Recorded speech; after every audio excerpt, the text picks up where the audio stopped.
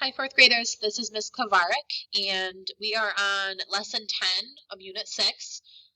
For this lesson, we're going to talk about some new characters that are going to be introduced, and we're going to continue talking about that theme of aspiration. So here's your vocab.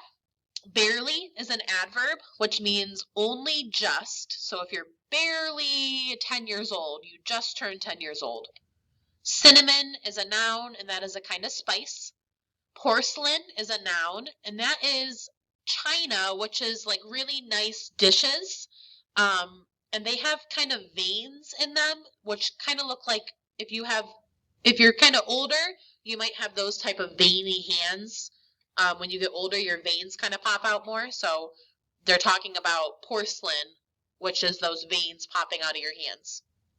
Satin is a noun, and that is a smooth, shiny fabric. And then selfish is an adjective, which means you're only thinking about yourself. All right, so we're reading Vignette 7 today, which is called The Three Sisters.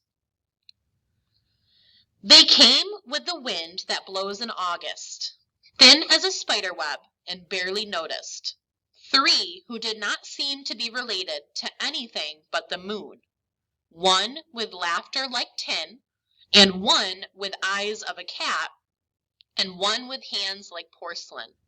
The aunts, the three sisters, las comadres, they said. The baby died. Lucian's Rachel's sister. One night a dog cried, and the next day a yellow bird flew in through an open window. Before the week was over, the baby's fever was worse. Then Jesus came and took the baby with him far away. That's what their mother said. Then the visitors came, in and out of the little house. It was hard to keep the floors clean. Anybody who had ever wondered what color the walls were came to look at that little thumb of a human in a box like candy. I had never seen the dead before, not for real, not in somebody's living room for people to kiss and bless themselves and light a candle for. Not in a house. It seemed strange. They must have known, the sisters. They had the power and could sense what was. They said, "Come here," and gave me a stick of gum. They smelled like Kleenex or the inside of a satin handbag, and then I didn't feel afraid. "What's your name?" the cat-eye one asked. "Esperanza," I said. Esperanza, the old blue-veined one repeated in a high, thin voice. Esperanza, a good name. "My knees hurt," the one with the funny laugh complained. "Tomorrow it will rain." "Yes, tomorrow," they said. "How do you know?" I asked. "We know." "Look at her hands," Cat-Eye said, and they turned them over and over as if they were looking for something. "She's special." "Yes, she'll go very far." Yes. "Make a wish." "A wish?" "Yes, make a wish. What do you want?" "Anything?" I said. "Well, why not?" I closed my eyes. "Did you wish already?" "Yes," I said. "Well, that's all there is to it. It'll come true." "How do you know?" I asked. We know. Esperanza, the one with marble hands, called me aside. Esperanza. She held my face with her blue-veined hands and looked at me. A long silence. "When you leave, you must remember always to come back," she said. "What?" "When you leave, you must remember to come back for the others. A circle, understand? You will always be Esperanza. You will always be Mango Street. You can't erase what you know. You can't forget who you are." Then I didn't know what to say. It was as if she could read my mind, as if she knew what I had wished for, and I felt ashamed for having made such a selfish wish. "You must remember to come back, for the ones who cannot leave as easily as you. You will remember?" she asked as if she was telling me. Yes, I said, a little confused. "Good," she said, rubbing my hands. "Good. That's all. You can go." I got up to join Lucy and Rachel, who were already outside waiting by the door. Wondering what I was doing, talking to three old ladies who smelled like cinnamon. I didn't understand everything they had told me. I turned around. They smiled and waved in their smoky way. Then I didn't see them, not once or twice or ever again. Okay, that was an interesting vignette. So remember, we're not reading the entire story, so parts of it are being left out. So this part here about a baby dying, we didn't really read too much about that, but it sets the scene that they are at a funeral of some sort, and that is when those three sisters come in. Notice how they're described. They're not given names. They're described as the cat-eyed one, the one with hands like porcelain, and then the one with laughter like tin. They give Esperanza a wish, and it's obvious that she wishes to leave, to go somewhere else, because they tell her that if you leave, you need to come back for the others. She calls it a circle. She says, you will always be Mango Street, you have to come back.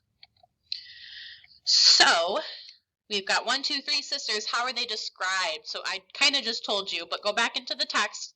How do they describe those three sisters?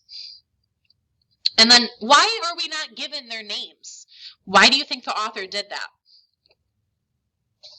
It says, for each quote, list which sister is speaking. So you're going to have to go back into the text and figure out who's speaking because they don't tell you. So when they say, what's your name? Look for the clues. Which sister is speaking, or is it all three? When they say Esperanza, a good name, who is speaking? My knees hurt. Tomorrow it will rain. Yes, tomorrow. We know. And look at our hands. So you're going to go back into the text and you're going to find each quote. So for example, let me find one for you. Right here, we know. Right here, tomorrow it will rain. My knees hurt. So they're all in there. You just have to go back and find which sister is being described. So look for those words, the cat-eyed one, the one with hands like porcelain, and the one with laughter like tin. All right, that is it for reading. Let's head over to skills. So here's an excerpt from that vignette we just read. It says, what do you think Esperanza's wish was? Find clues in the text to support your answer. So she's telling her, you need to come back for the others. You will always be Mango Street. You can't erase what you know. And then she says, it was as if she could read her mind, if she knew what she had wished for. And she called it a selfish wish. So what do you think Esperanza wished for when the sisters told her to make a wish? Number 2, which sister says a circle? Understand? So same as the reading activities. Find the text that I'm talking about, a circle, understand, and look for which sister you think it is. It's in here somewhere, so look for the clues. What do you think she means by a circle? So the shape a circle. She says, you must come back. So what does that mean? How is that kind of like a circle? Think about the shape. All right, and your last part, it says, in lesson 5, you began a story of aspiration. You will continue that story today. So you're going to introduce your character to new people who may be from the same community or somewhere else. Those new people should make your character consider his or her aspirations in a new way. So you're going to click this Google form, and you're going to click on View Score so you can see what you typed for the beginning of the story. And then here's a couple questions about how you're going to plan your next chapter. So first of all, who's your main character? Who are we talking about? What new character did you decide they're going to meet? And then this is where your next chapter is going to go. So it has to be at least 3 sentences, preferably more, but at least 3.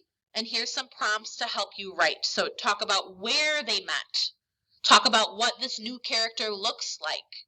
Talk about what they say to your character. How does your character respond? And then remember, this new character is supposed to make your main character think about what they dream for. Think about what their aspirations are. So think about how can that person either change their mind or help them go more towards reaching their goal. All right? Remember, this is creative, so it's your story. Do with it what you'd like. Just make sure that you follow the correct prompts. As always, if you need help, get on Zoom. We would love to help you. And I hope you all have a great rest of your day. Goodbye, 4th grade.